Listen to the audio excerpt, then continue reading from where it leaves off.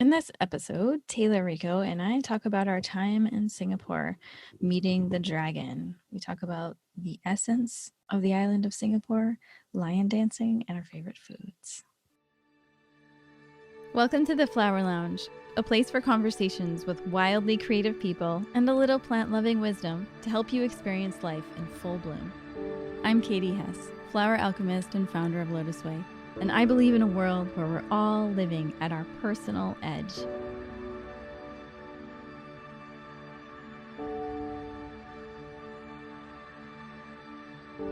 Welcome to this week's episode of the Flower Lounge. This is going to be a fun one. I am sitting here with Taylor Rico. We just are coming off the tail end of our travels and trip and life in Singapore. And so we thought we'd answer some of your questions about being in Asia and specifically in Singapore, and just talk a little bit about our adventures this summer. I'm excited. So off the top of the bat, were there any good questions that came in? Yeah, we have a few. So the first one is, if Singapore had an essence and a scent, what would it be? Oh my God, that's a really hard one to start with. All right, let's go. I would say it has like a hint of ocean breeze with a waft of incense from the Chinese temples, with lotus flowers and ginger spices and a dash of chili and oil from the hawker centers. What else is in there? Rose incense and coconut, palm sugar, sweetness. This is like a scent, right? Yeah. But the essence is a little bit easier of a question to answer. Mm-hmm. I think you covered all the scents. I was like trying to think of something else. With the little dragon fruit and mangosteen.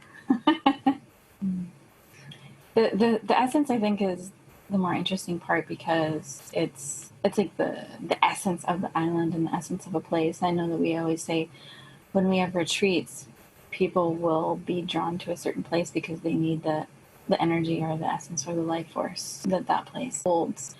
And Singapore, I mean, just reflecting back to when we left Taiwan and we're going to Singapore, you kind of got to ramp up. It's like, okay, leaving the gentle, luscious green jungle of Taiwan and ready to enter in like mega city, fast paced, pull up your pants and like get ready to go. I remember having that feeling like, yeah. It took like a week or two to really settle, for me at least. Yeah, it's really intense. I would say, like, in terms of thinking about different cities, I think I said the other day that it feels to me almost like Singapore, like chews you up and spits you out, but in a really good way. Like, sometimes I feel that way with New York City, which I love, but you can feel really fatigued and exhausted after coming out of the city, whereas Singapore, you feel energized and you feel like a better person. You feel like, yeah, there was some like intensity and ferocity and fierceness and clear. Like it really magnifies clarity and dropping all the BS. It sharpens your mind. It's like no temper bullshit in Singapore. In a really sharp way. Yeah. I mean, like, even if you order something at the hawker center, you have to know exactly what you want. You have to know the way to say it. If you don't use the right terms, they don't understand. They get kind of grumpy and impatient. Fumble. No, you can't fumble. You can't be impatient. You can't be indecisive. You have to know what you want. Right. Knowing what you want. Which kind of leads to the next question. One of the main ones we were asked by almost everyone that we met was, why are you here? And why Singapore? There's something about having that big building in Phoenix now that I felt like I needed to find almost like a sister city where you can think of it in terms of like the Phoenix finding the dragon. And the dragons of Asia are Singapore, Taiwan, Korea, Hong Kong, Japan. I really feel that with Singapore. Yeah. It's just very dragon-esque. So it's like balancing the two sides, the phoenix and the dragon. And then in more practical terms, I mean, Singapore is a great place to have a business. Everyone speaks English. It's easy to get around. And there's people from everywhere. So word travels fast, like around the world. Super diverse. Yeah, it's funny because we heard the other day that Lee Kuan Yew, who is basically the backbone of getting the country from a developing country to a first world country in a very short amount of time, that he built the roads around the trees and the mother trees, and they would like schematically study all the different tree roots of the trees and make sure to build the roads around the roots of the trees. I mean, a culture that does that says something about their value system. Mm-hmm. And you see them, like you see in the roundabouts, these massive trees with enormous root systems. You see huge trees everywhere, huge old trees. There was a woman who told us that she believed there was a network of roots like under the island and they could all communicate, which I totally believe, and ironically felt that the first time I was here. We were also told, because Singapore has a river running through it, and it is connected to the other 5 dragon cities, that the lion of the city, if you see the logo, it has to have a fishtail or mermaid tail, yeah, merlion, in order to balance like the feng shui of all 5 major cities. Crazy. Like, it is connected. And the feng shui is taken into account in every aspect. Like, they have the merlion, the statue, the lion head with the mermaid tail and the water coming out of its mouth, and it's in the exactly precise degree of direction facing for prosperity and health of the island, of protection. I mean, just that kind of thoughtfulness, that tells you something about the country. And then the fact that they dug a deep underground tunnel for cars to go under, and because of that, they felt they cut into the vein of the island and of the dragon. It's like they cut into the center of the dragon. And so as a result, they needed to have the 8-sided like bagua on their coins, so that every citizen of the island would touch that coin, and that would be the remedy for having cut into the vein of the dragon. So crazy. It's super profound. Beautiful. Yeah. It's just like fierce. It's like fierce awakening. And I mean, in some cases, it's like super abundant. It's like there's the lushness of the jungle that can take over anything, and you see like Bodhi trees sprouting up like leaves, which is super ironic with their heart-shaped leaves. So there's that like abundance and wealth and velocity of information spreading, and like everything's meaningful. There's nothing that exists just to exist. Everything has a purpose. Right. And because there are so many cultures living there, I mean, you have Indians, you have Chinese, and when you say, like we say Chinese as like right, we just generalize Chinese, but there's like Chinese from mainland China, and there's Chinese whose forefathers came from different areas of China, from Hong Kong, to the Cantonese, and the Teochew, and the Hokkien, and the Hainanese, and it's like so many different origin stories, and facial features, and food histories and cultures and rituals and beliefs. And then you have the Malays and Eurasians and then people from all over the world who are living there as permanent residents. I mean, there's even a Thai temple, like, and so many different rituals. Every culture has their rituals. They have the, big barrels for burning incense and paper money and cakes, and then you see like your Indian neighbor drawing beautiful symbols with chalk every day as an offering with like a splash of flour. In India you see somebody closing up shop and like tossing down a like flaming oil packet and then just like do a fire offering, just like right there in the middle of the street, like boom, and you just see this huge flame. And it was even more like you would see it everywhere because we were there during 7th month. Yeah, so 7th lunar month of the year is when the gates to the unseen realms open. You can call it, some people say like the gates of hell open, but it's more than that. It's more like the veils thin out, and anyone who's passed on, who's still in that realm and not in human form, can come out and take the essence of food and offerings and incense. And you see altars everywhere. You see them on the sides of the street. People are very mindful, like, don't kick the offerings, because they'll just be like on the ground. Mm-hmm.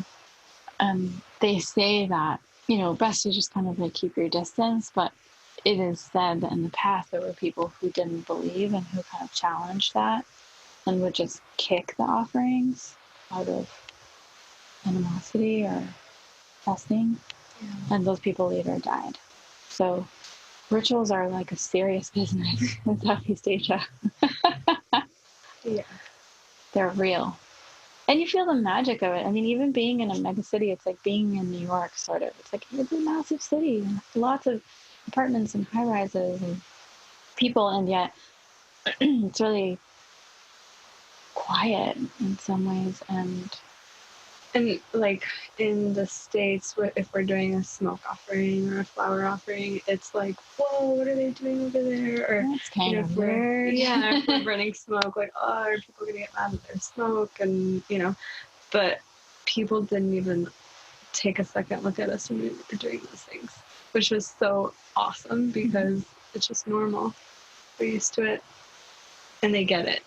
They don't think we're weird or woo-woo. It's like, no, it's fully accepted as normal, and not just normal, but as it's totally normal to take something that's seemingly ordinary and mundane and transform it into something sublime and transformative. And people understand the value of rituals as a means for profound transformation. I think that's why it felt so comfortable. Mm-hmm. What else was on the list? I mean, the lion dancing is a nice expression of Singaporean culture, and like gives you a sense of like the heartbeat of Singapore. Yeah. There was that one day we were moving our Airbnbs and we got stuck because the elevator wasn't working and we couldn't cart our heavy stuff up a million floors. And so basically we were outside for an entire day in the heat, and we got so lucky because we were right next to the lion den, which is like a practice place for lion dancing. And if you haven't heard of lion dancing, it's two people underneath, almost like a paper mache head of a lion. Doesn't really look like a lion. It looks like just some other crazy creature. Yeah. With like almost like a cape of the lion's body, with one person standing upright with their head in the lion head, and then the other person in the back is like the hindquarters. And so the entire time they dance with their back flat, like horizontal, parallel to the ground. And the person in the front is controlling the mouth opening and the eyelashes. It's really pretty.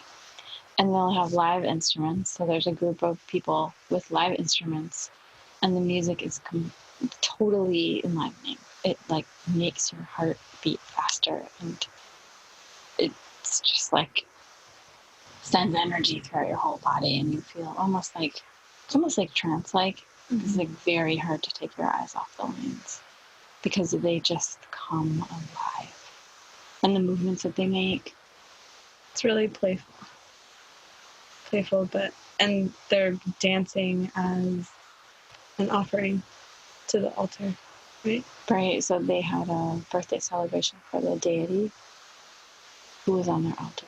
So all the lions would come in from like 8 different teams, do a dance down the whole procession till they got to the lion den, made offerings to the deity, and actually like went in the house as like a blessing / offering to the deity in the lion den. Mm-hmm. And then that night it was super cool. Since we were staying right across the street, we just ask to see it? And so we went inside and they asked if we wanted to put it on. So we were able to put the lion head on and see what it felt like. And it was fun. They didn't have any music for us to dance to, so it was a little tough. But yeah, there's like little strings inside to make the eyelashes go up and down. Your hand controls the mouth. And there's certain movements that mean certain things. So since we were standing in front of the altar, there were certain moves that he was like, let's try it this way. He said, "Are you angry?" Did I say that to you? Yeah. Are you angry? And then he didn't want you to do that because it was like, he didn't want you to display anger in front of the deity. Yeah. And then the same day, we also watched a team of dragon dancers, and that's like a whole different vibe to it. It's like almost more calm, but more fierce. And you have they're all like holding up sticks that hold up the dragon's body, and the dragon like swirls all over the place and chases the pearl. The music like is 10 people, different. right? Holding the dragon, a lot. Yeah, it's just like something about the way that the creatures come to life with the music and the people. And then they have this huge feast. The whole street was full of tables with food, and they were like putting pieces of chicken in our mouth and pork and drinks and sugarcane juice. And you became like, anyone who walked down that street was a part of the party and a part of the family. And it was super hot, so multiple times people would come up and hand us juice boxes, and I had my camera, and one guy would always like try to get me in a better spot to get a better photo. It's really sweet. Yeah, we'll definitely post up a blog post about the lion dancing because the images are so beautiful. And that to me, that's just like quintessential Singapore. Like, I was surprised there wasn't any lion dancing. We were there for their Independence Day celebration. So, like, U.S. version of 4th of July for Singapore. They're 54 years old, so it's a really young nation, especially one that's become so powerful so fast and so wealthy so fast. So the Independence Day celebration is kind of a big deal. Mm-hmm. And it's like, I think of the 4th of July in the U.S. and it's, I don't know, seems like just another day to drink. It's like beer and barbecue. It's not really celebrating like independence. And they have so much pride there and are like so happy to live in Singapore. Like, Singapore is their country, and they honor their military and police force. Like, it's so awesome to see that. Yeah, you hear the big jets like flying above, and they do tricks, and the tanks will drive through all different neighborhoods around the island and show off the tanks and the missiles, and everybody's standing there waving and happy. And I think part of what makes it different is that military is compulsory. So every man has to serve for 2 years. So when you see the military, you're like, oh, those are our boys, right? Like, people feel this sense of like maternal, paternal love because either they've been through the experience or they've had a son go through the experience. So it's really like all inclusive. Everyone is a part of that experience. And Singaporeans feel like those tanks are ours. Those belong to us. Like, they feel a sense of, I paid for that. It's funny, right? Yeah. Those are my tanks. Those are my airplanes. And they have dances, and then like the parade or the show, they have people from every culture. So you'll see like the Indian dances. But I was surprised they didn't have lion dances. Yeah. Because that to me feels so Singapore. It's like extremely powerful and fierce and playful and like profoundly meaningful and otherworldly and ritualistic, which I feel like really embodies the essence of Singapore. But I also think we're really lucky to see that. Like, not many people see lion dancing, and we got a full day of it. Yeah, super lucky. People do lion dances at like new places of business or funerals or celebrations. It's like a house blessing. If we ever had an apothecary in Singapore, we'd have lion dancers come and bless the place. What else? People always were asking us in Singapore what our favorite part about Singapore was. You want to answer that question? They're always asking you. Yeah. This is your first time. I know. I think it's the people, and obviously food is a big thing for Singapore. But what I loved is every 2 weeks or so we would change Airbnb apartments, so we'd get to live in a different neighborhood. And in each neighborhood, there's a different hawker center where we would go eat every day and get coffee, kopi. And at home, I'm like comparing a lot to home, but I go to the same coffee shop every day, the same, multiple, and I still have to order what I want. Still have to order my coffee. But they know, day 2, they know what you want. And every time we'd move, everyone would make you feel like family. So we'd move apartments, and we'd miss the people, or we'd miss the food that were there. So we'd go back, and they'd be so excited to see us. Like, so, so happy. Like, you're back. I thought you left. Oh my gosh. And yeah, people are really warm, and the connections that you build with people feel like they're built on really solid ground. The sincerity in relationships and strength of, how do you describe it? People are just really pure and aware and looking out for each other. They're not distracted. They're not self-absorbed. They're just extremely present and awake and insightful and watching and thoughtful. And I don't know, it's just really easy to develop a really warm connection, whether it was like the taxi grab drivers or the people selling food, and they're all curious. They're not afraid to ask questions. Why are you here? Where are you from? What are you doing? Easy to spark meaningful conversations. There's like no mundane talk. They're very conscious of rules. They have laws. If something goes wrong, they can change a law overnight. So Singapore means business. Like, they're just really fierce. Something bad happens, they make a law the next day, so it can never happen again. And you kind of feel that throughout the culture. Like, there's a right way to do things and a wrong way. And I feel like it's probably one of the only countries in the world where marriage actually means something, where, you get the sense in a lot of cultures that people are married, and, as a whole, not everyone. Like, people are cheating on their spouses, and it just doesn't come to mean like what it used to. And in Singapore, to me, it just feels like really firm ground to stand on. That when people make a commitment, they actually make that commitment. And there's like a firmness to it. There's no wishy-washy. Yeah. And you feel that in all their relationships. People trust each other.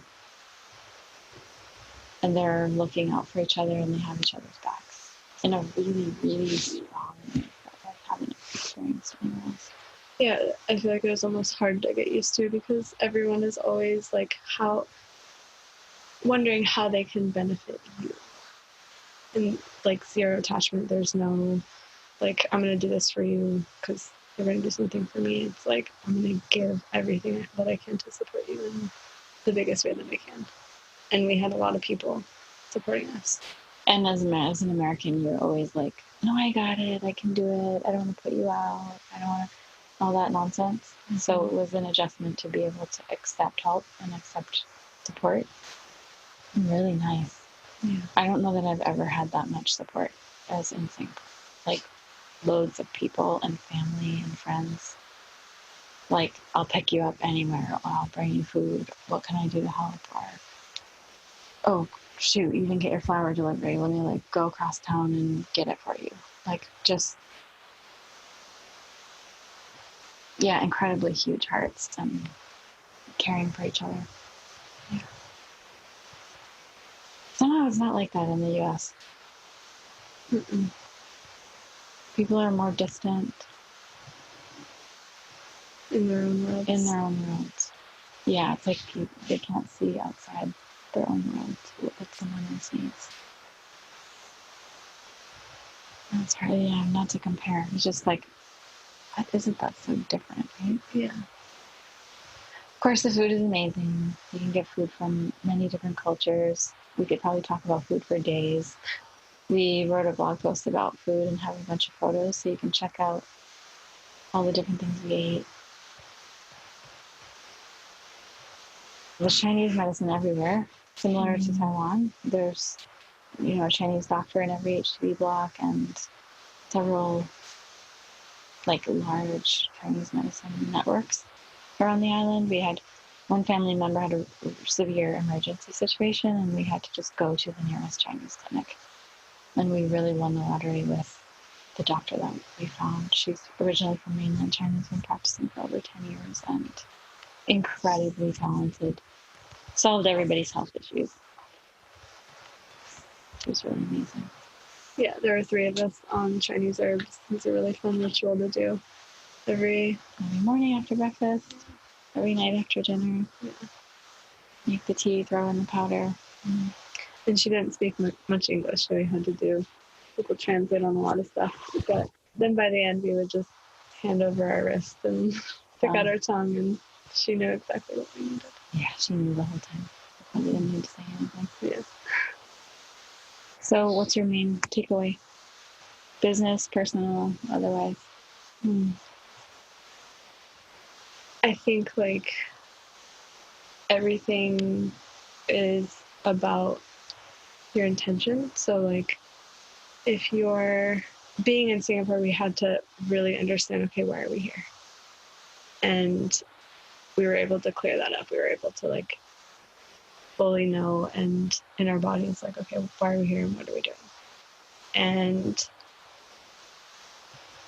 everyone, like, is like that there. So you kind of download that and can bring it back with you. And same with the way that people treat you. They are direct, they're clear, there's no murkiness. And so it inspires that within you. What about you? I mean, I think the thing that stands out the most is just how much we did there, how much we accomplished in such a short time. We did 6 events and over 20 treatments and ceremonies, at least. And we met so many people, hundreds of people, who were really, at best, wildly interested, and at the least, super curious about what we were up to. And it just felt like a good fit, like they're ready. Like they're 100%, 500% ready for what we have to offer. And they hold that in really high esteem and regard. And so many collaboration partners, and so many amazing partnerships, so that we, working together, we can create something really huge, really meaningful, really impactful. I just, doing the treatments, we would have people come to our apartment, and, one day it was like someone from Australia, someone from Indonesia, who'd flown in from Indonesia, someone from India, Singapore. It's just really amazing to be able to touch people from different parts of the world in such an intimate way. I mean, the treatments are, like, you really get a sense of, like, the deepest essence of a person. Yeah. I hear about Jenny, when we did the Jungle Flower Lounge, and Jenny was talking about, oh my God, you have to go to the Quan Yin Temple, and if you make flower offerings, you get flower offerings in return of flowers that someone else has offered, and you can use those for your own cleansing ritual. And Bala, who said you could buy packets of flowers from Indian markets to do cleansings. And when we went to go look for the incense at the Indian store in Little India, like in that folder, the resin, just like endless rituals, really. Love that kind of magic. What do you say? People get it. Very high cost of living. Expensive. Eating is cheap, but good food is cheap. You'll never starve in Singapore. But like rent each month, and having a car is insane. It's like $125,000 just to have a car. Like a normal little, like Toyota or something, is going to cost $125,000. Gas prices are high. Probably the cheapest condo you could get is $1 million. Yeah. People work really hard, but then like the average common man, even like folks driving taxis, they'll have like $500,000 in savings, cash. Everyone you meet is rich. Yeah. Every single person. Yeah. And we didn't see one homeless person in Singapore. It's a huge city. So imagine an island of New York City. We didn't see one homeless person in 6 weeks, and we visited a ton of neighborhoods. No homeless. Very serious about crime. So it's super safe. You get the death penalty if you traffic drugs. Yeah, they stamp that message on your passport when you get in. All right. In case you were wondering. You spent a lot of time at the ocean. I did, yeah. I like to go jogging there. And there's a place called East Coast Park where the park runs along the southern side of the island. I would run and sprint and walk and then sit up my back to a big mother tree and watch the ocean. So many different types of people at the park. Nice place for insights. I feel like all the insights come through the trees there. So we go back to the U.S. It was really hard to leave, actually. It's much harder than I thought. Oh, yeah, that was something. When we were in Taiwan for like 2-3 weeks before we went to Singapore, and it felt like home. Like when I got to Singapore, I was like, I'm homesick for Taiwan. I want to go back. But any place you are, you make it home. And after 3 weeks, it felt awesome, and it was hard to leave. And now I'm homesick for Singapore. Yeah, something funny about Singapore is like at first it's like hot and fierce. Kind of rattles you, but then the longer you stay, the more you fall in love with it and the harder it is to leave. Like it was actually quite hard to leave. That really surprised me. I didn't think it would be so hard to leave. Yeah. And then with the demand that's there for our services and flower essences and what we're up to, seems like we can't go back there any longer than within a year. So hopefully we'll find another trip soon. Yeah. So for more about food, which is the main topic of discussion in Singapore, you can check out our blog post. We'll have photos so you can see. But yeah, maybe we just want to like cover the tops. Because people are so curious. Kueh tia dao is my like favorite comfort food. It's like rice noodles and seafood with chili. That's like my number one go-to comfort food. What was yours? I loved the wonton noodles. In the beginning, carrot cake was up there. And then there was one stall that had like amazing pad thai. Ate that a lot. Fried bananas, coffee. The coffee's divine. Coffee is a problem. Coffee is a problem. Because we pretty much realized that everywhere else in the world has sour coffee, which sounds really strange. But just, try some espresso. And I think it's hard to gauge until you have bitter coffee. Yeah. And Singapore is the land of bitter coffee. It's like fresh, roasted grinds in basically a sock. Yeah. It's kind of sludgy, but rich and bitter. Pretty much everywhere else has sour coffee. Yeah. And it's so inexpensive and simple. You just go to the Hawker Center and $1 later you have a huge cup of coffee. And it doesn't make you jittery. A lot of really yummy desserts and juices and tropical fruits. Oh my god, we have a mangosteen addiction. And I think in the beginning had 1 or 2 fresh juices every single day. Yeah. Dragon fruit, soursop. As long as they did no sugar. Yeah. And then we transitioned into just eating fruit. Yeah. And I think I could have chicken rice every day for lunch. Chicken rice was white chicken. They use the broth to cook the rice, put in cucumbers. They have a really special chili sauce with garlic and ginger. You can order it like to be delivered from the same service, kind of like Uber. It's called Grab, and Grab can also deliver food to you. So if you're like stuck in a place where you can't get to food, like we were oftentimes like packed with appointments and couldn't get out, we would just order chicken rice. So nice. So now we're going to go back to the United States and starve. Like, what do you want for lunch? But people are like, what are you talking about starve? Like, United States is so wealthy and you have so much, like, resources and land and farmland and farms, and don't you have tons of farmers markets? And we're like, yes. And, like, typically you gotta, like, drive to, let's say you go in a cookbook and you're like, let me make this recipe of, like, Thai noodles or something. You have to go to, like, 3 different grocery stores across town to get all the right ingredients, right? If you're lucky, you just go to one.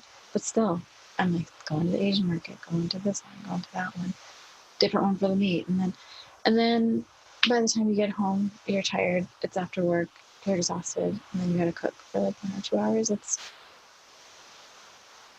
Yeah, you can get a meal for, like, $4 at prepared, yummy, delicious, healthy. Yeah, no MSG. Maybe we had, like, one soup that had a little bit, but... Yeah, I didn't experience any MSG. In the States, eating Asian food, oftentimes you'll, like, eat and then want to die afterwards. Like, your heart's beating too fast, or you just have to sleep for an hour. I didn't experience any MSG in Singapore. It's just abundant food everywhere. Like, you could never starve. There's food on every corner. It's crazy. And I mean, not that we didn't also have our challenges. I mean, in the beginning, our bodies were freaking out. Like, I was having this, like, big pregnant belly bloat, and our bodies were trying to figure out, like, what is all this weird stuff. And so the Chinese herbs helped a lot to keep the stomach chi flowing and keep things moving and healthy, so we could put more in. Have breakfast, then have lunch, then have tea break, then have dinner, then have what they call a supper, then have late night noodles. I mean, I don't think we ate that much, but yeah, sometimes. What was your favorite snack? What was that layered cake called? It's not necessarily a snack, but we ate it like a snack. I love the kueh. They're Nonya, like peranakan. Peranakan is like a Chinese Malay people, streets one, who have a dessert. It's called kueh. And it's very Singaporean. Everything from onde onde, which is like a pandan leaf flavored glutinous rice coconut treat with palm sugar inside. Like gula melaka, which is palm sugar and coconut sweetened treats. Oh my god, so yummy. Yeah. The orchid's the national flower, but man, I'd say blue peas right up there. Blue peas everywhere. Yeah. Growing everywhere and gorgeous. So makes the most beautiful blue tea. Anyway, some more on food and blog posts or online is also there. And we're still debating whether we should create an audio tour of Singapore. We did quite a few recordings. If you're listening and you're out there and you heard the audio meditation tour of Taiwan and you're interested in an audio meditation tour of Singapore, please let us know. If you're interested, we'll make it happen. Huge shout out to everyone in Singapore who helped us flourish in the 6 weeks that we were there. Hope to be back soon, and to everyone else in the world, thanks for following along. Much love, and we'll be coming at you from the U.S. soon. Thank you.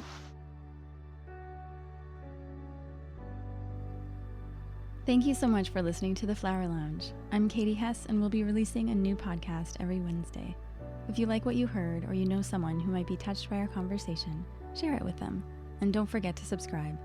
To find out what your favorite flowers mean about you, take the quiz at LOTUSWEI.com.